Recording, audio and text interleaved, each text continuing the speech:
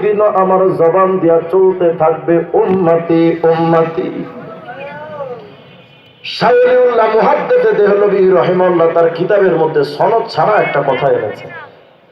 আল্লাহর নবী যেদিন ইন্তেকাল করেন তো মায়ার নবীর দেহ মোবারকটাকে নিয়ে কবরে যখন নামাইতে যাবে, কয়েকজন সাহাবী নেমেছেন কবরে, নবীজির দেহ মোবারকটা কবরে শোয়াবে। এক এক করে তো সকল সাহাবায়ে কেরাম কবর থেকে উঠে আসছে, কিন্তু সর্বশেষ যেই সাহাবী কবর থেকে উঠবেন ওই সাহাবী মনে মনে ভাবতেছিলেন, আহারে এতদিন দুনিয়াতে মনে যদি কোনো কষ্ট থাকতো তো রাহমাতুল লিল আলামিনের দরবারে এসে মায়ার নবীর চেহারা দেখতাম তো মনের কষ্ট দূর হয়ে যেত। কিন্তু আজকে নবী নাই, আল্লাহর নবী তো আজকে চিরদিনের জন্য বিদায়। আজকের পরে তো মায়ার নবীরে আর জীবনে দেখতে পারবো না, এটাই তো আমার জীবনের শেষ দেখা। ওই সাহাবী মনে মনে ভাবতেছেন, একটু জীবনের শেষবারের মতো একটু রাহমাতুল লিল আলামিনকে দেখা লই না।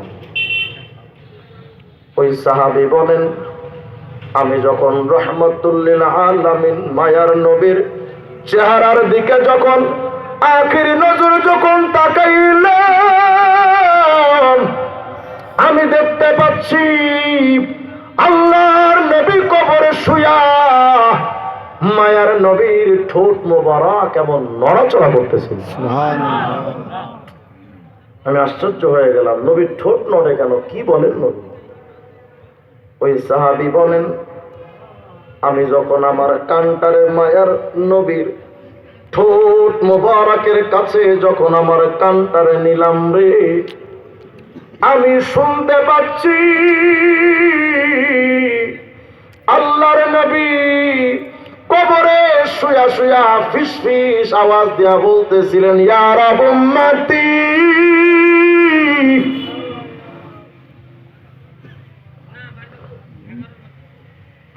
আল্লাহ, আমার গুনাহগার উম্মতরে যে আমি রেখে যাচ্ছে, আমার উম্মতের কি হবে? হযরত ওমর ফারুক বলেন, ও নবী, মাদা তাসনা ইদা মিত্তা, নবী গো যখন আপনি ইন্তেকাল করবেন তো কবরে কি করবেন? আল্লাহর নবী ডাক দিয়া বলেন, ওমর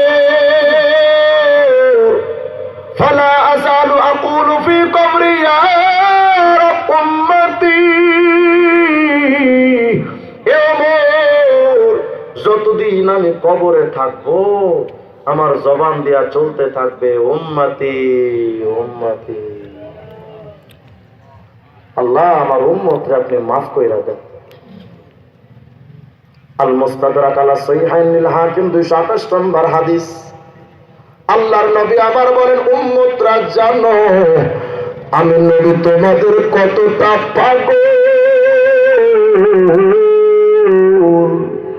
লিল আম্বিয়া মানাবিরুম মিন যাহাব, কিয়ামতের ময়দানে সব নবীদের জন্য আল্লাহ পাক এমন কিছু চেয়ার দিবেন, স্বর্ণ দিয়া বানানো চেয়ার। আল্লাহর নবী আমার বলেন, জানো রে কিয়ামতের ময়দানে নবীরা যখন সম্মানের চেয়ার পাবে, ফায়াজলিসুনা আলাইহা, সব নবীরা চেয়ার পাইয়া তারা তাদের চেয়ারের মধ্যে বসে যাবে। কিন্তু আমি নবী এতটা তোমাদের উম্মতের পাগল,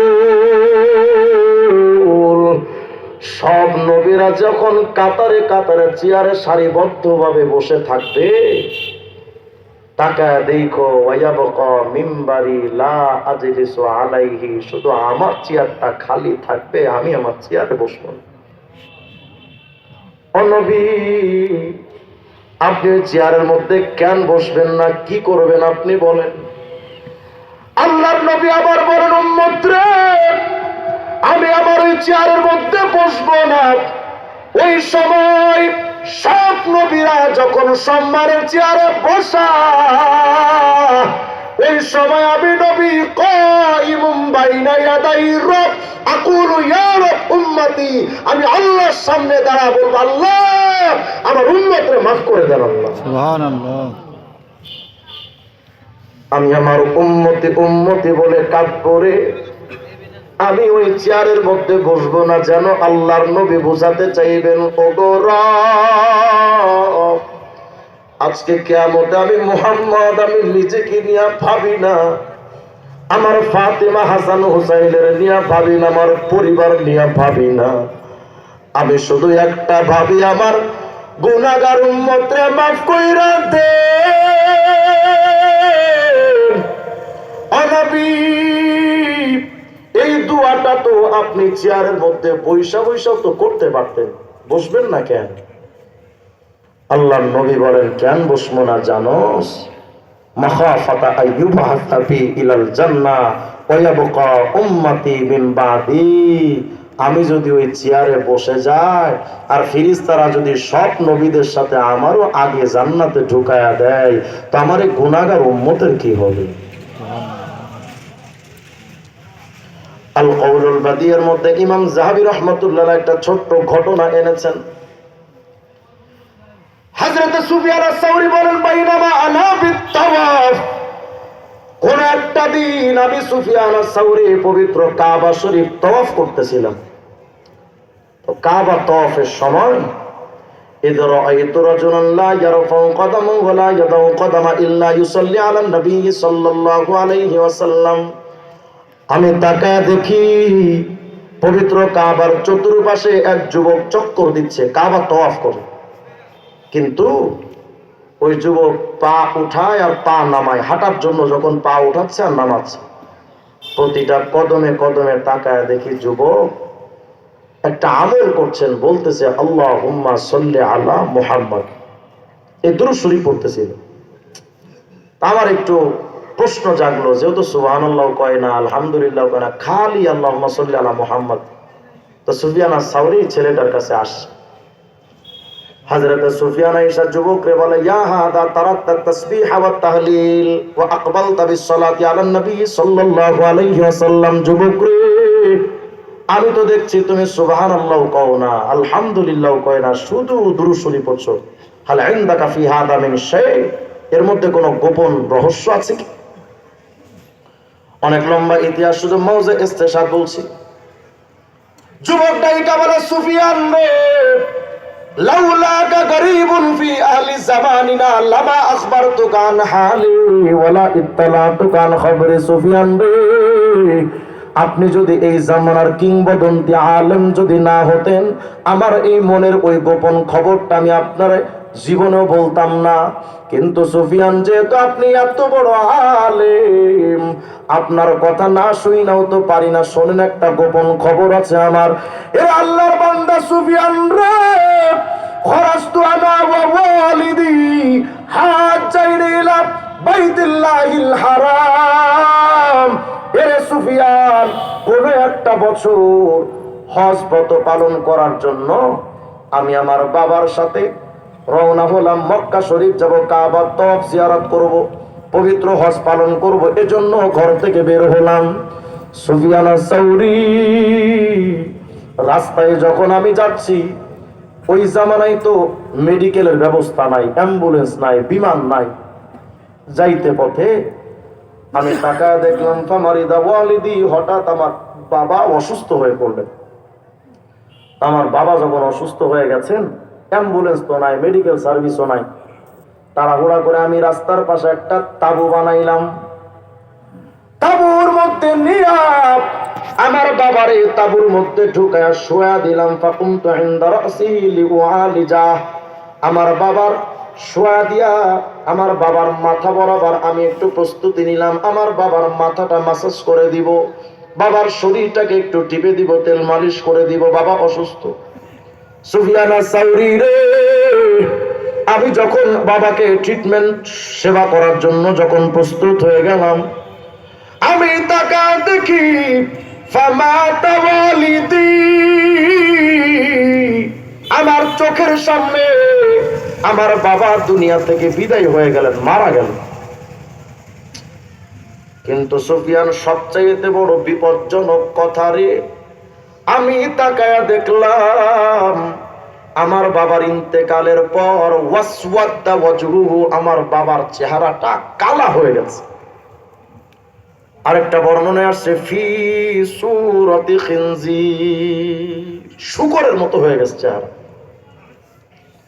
আমি তো পেরেশানিতে পড়ে গেলাম। তাড়াতাড়ি করে আমি আমার কাপড় নিয়ে আমার বাবার চেহারাটা ঢেকে দিলাম।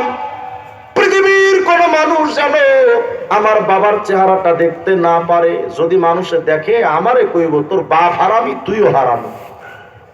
এজন্য আমি চাইলাম না যে আমার বাবার এই কঠিন দৃশ্যটা, এই বিভৎস দৃশ্যটা কেউ দেখুক, এটা আমি চাইলাম না।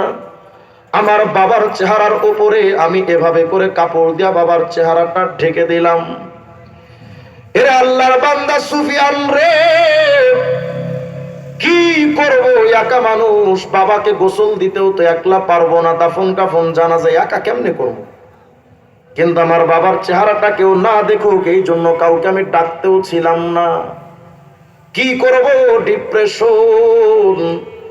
আমার বাবারে শোয়া দিয়া আমি পাশে বসে থাকলাম। হঠাৎ ফাগালাবাত আইনাই, আমার দেখলাম চোখটা লেগে গেল, আমার তন্দ্রাচ্ছন্ন হয়ে আমি ঝিমাতে ঝিমাতে ঘুমায়া পড়লাম। এরে আল্লাহর বান্দা সুফিয়ান রে, আমি যখন গভীর ঘুমে যখন নিমগ্ন, হঠাৎ করে আমি ঘুমের মধ্যে একটা আশ্চর্যজনক একটা স্বপ্ন দেখলাম। এমন কঠিন স্বপ্ন, এত আশ্চর্যজনক স্বপ্ন আমি আমার জীবনে কোনোদিন দেখি না। আজীব স্বপ্ন দেখলাম। কি স্বপ্ন? সুফিয়ান রে, আমি ঘুমের মধ্যে দেখি আমার বাবার লাশ বরাবর দূর থেকে এক আল্লাহর বান্দা দ্রুত বেগে আমার বাবার দিকে দৌড়ায় দৌড়ায়, মানে হাঁটার উপরে দৌড়ায় দৌড়ে আসতেছে। আমি লক্ষ্য করে দেখলাম, কিন্তু আল্লাহর কসম, এর সুফিয়ান লাম আরা আহসানা মিনহু ওয়াজহা, এত সুন্দর চেহারাওয়ালা মানুষ আমি আমার জীবনে কোনোদিন দেখি নাই। ওয়ালাম আরা আনজাফা মিনহু সাওবা, এত সুন্দর পোশাকওয়ালা মানুষ আমি আমার জীবনে কোনোদিন দেখি নাই। ওয়ালাম আরা আতিয়াবা মিনহু রিহা সুফিয়ান, এত সুন্দর খানওয়ালা আতরওয়ালা মানুষ আমি জীবনে কোনোদিন দেখি নাই। সুফিয়ান রে, তাকা দেখে আল্লাহর বান্দা আমার বাবার কাছে আসতেন। এসে বাবার চেহারার উপর থেকে কাপড়টা এভাবে করে সরালেন। সরায়া ফামাসাহা বিয়াদিহি আলা ওয়াজহি ওয়ালিদি, ওই আল্লাহর বান্দা নিজের হাত মুবারক নিয়া আমার বাবার চেহারার উপর এভাবে তিনি বুলিয়ে দিলেন। ফাআদা আবিয়াদা, মুহূর্তে আমার বাবার চেহারাটা চাঁদের চাইতে আরো বেশি আলোকিত হয়ে গেছে। এই কাজটা কইরা ফাওয়াল্লা মুদবিরা, দ্রুত বেগে তিনি চলে যাচ্ছিলেন। আল্লাহর বান্দা সুফিয়ান রে, ওই আল্লাহর বান্দা যখন চলে যায় আমি মনে মনে ভাবতেছিলাম, আরে এই কঠিন বিপদের সময় আল্লাহ যে বান্দারে পাঠাইলেন নিশ্চয়ই তিনি কোনো বড় বুজুর্গ ওলি হবেন, কিন্তু নাম ঠিকানা তো জানি না, পরিচয়টা তো জানি না, কে তিনি কিছুই তো জানি না। দ্রুত বেগে লোকটা যখন চলে যাচ্ছেন, ফাআখাযতু বিনাসিয়াতি সাওবিহি, আল্লাহর বান্দার হাতের কাপড়ের একটা আঁচল আমি টেনে ধরে বললাম, আল্লাহর বান্দা একটু দাঁড়ান, নাম ঠিকানা তো একটু বলে যান, এই কঠিন বিপদের কালে আপনি কেন বা আইলেন, কে গো আপনি, আপনার পরিচয় তো জানি না। ও আল্লাহর বান্দা, বাড়ি কই, বাবা মায়ের নামটাও কি, আসলে আপনি কে, আপনার নাম পরিচয় তো একটু বলে যান। সুফিয়ান রে, আমি যখন আল্লাহর বান্দার এই প্রশ্নটা যখন করেছি, আল্লাহর বান্দা পেছন ফিরে আমার দিকে তাকায় বলছেন, কিরে আওয়ামা তারিফুনি, আমারে তুমি চিনো না? আনা নবিয়্যুকা সাহিবুল কুরআন। চিনো না? আমি তো কোরআনওয়ালা, মদিনাওয়ালা, মুহাম্মদুর রাসূলুল্লাহ সাল্লাল্লাহু আলাইহি ওয়াসাল্লাম। তুমি আমারে চিনতে পারো নাই? যুবক এখন ডাইকা বলে, ওগো নবী,